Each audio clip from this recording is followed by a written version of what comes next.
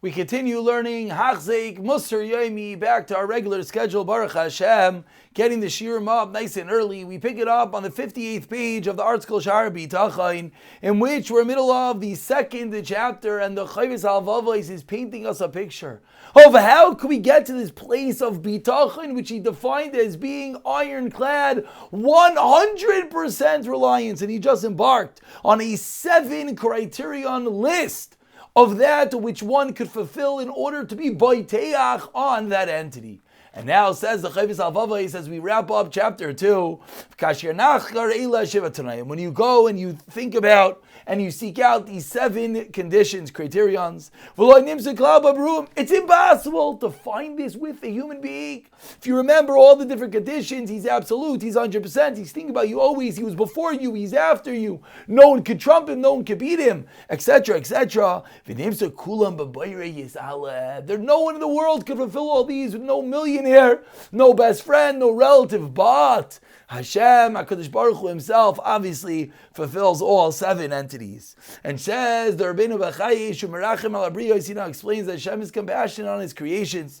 Hashem is merciful and gracious. And Hashem says, how can I not be achos? How can I not be compassionate on Ninveh? Quality number 1, Hashem is Racham. Quality number 2, V'she'ena misaleim. Hashem never looks away. Hashem is always 24/7 cognizantly looking at his creations, his people. Hashem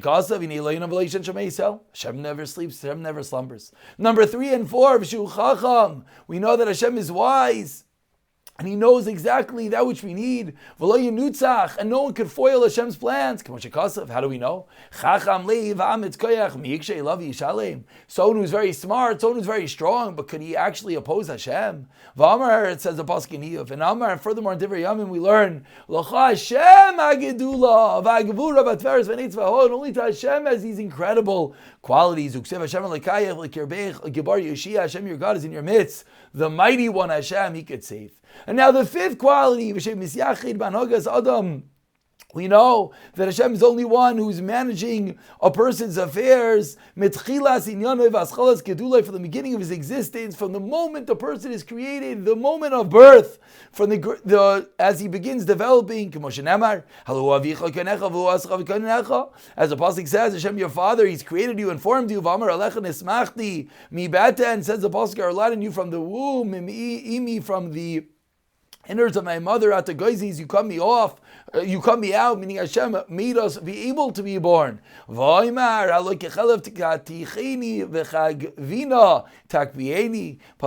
says, you poured me out like milk and you curdled me like cheese, meaning it all was via the act of Hashem, in the rest of the passage. And the 6th condition and quality, we know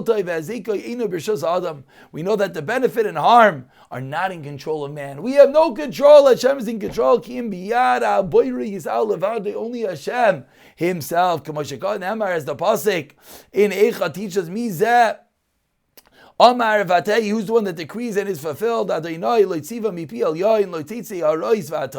Hashem did not ordain it, is from his mouth, the Most High, the misfortune and that which is good, meaning it's all good and bad. It's 100% from Hashem. V'amar.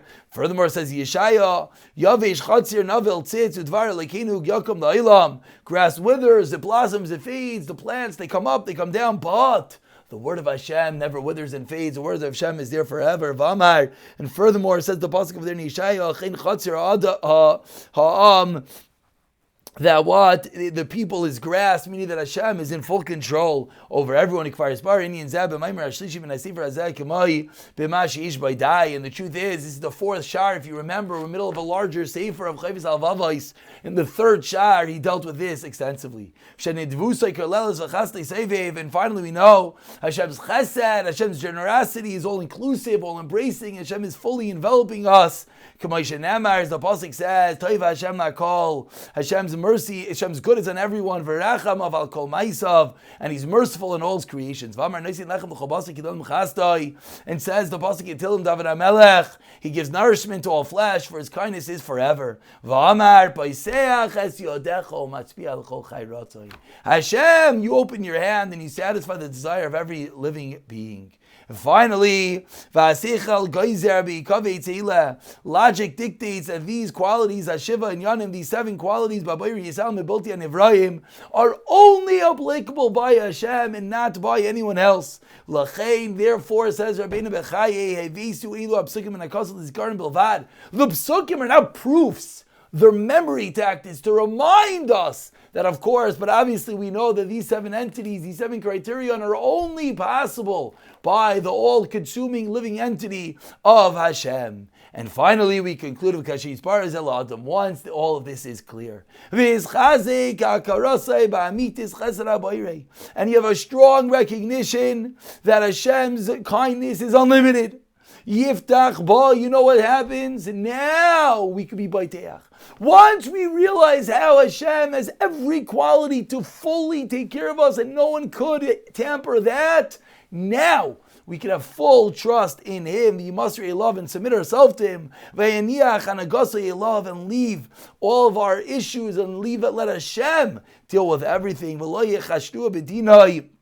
And also, if we go through a bad time, if we have an affliction, we have a sickness, we're not going to be chayshel Hashem. We're not going to suspect Hashem because we know it's our loving Father that could do everything. And you're not going to get angry over what Hashem chose for us. As David HaMelech says,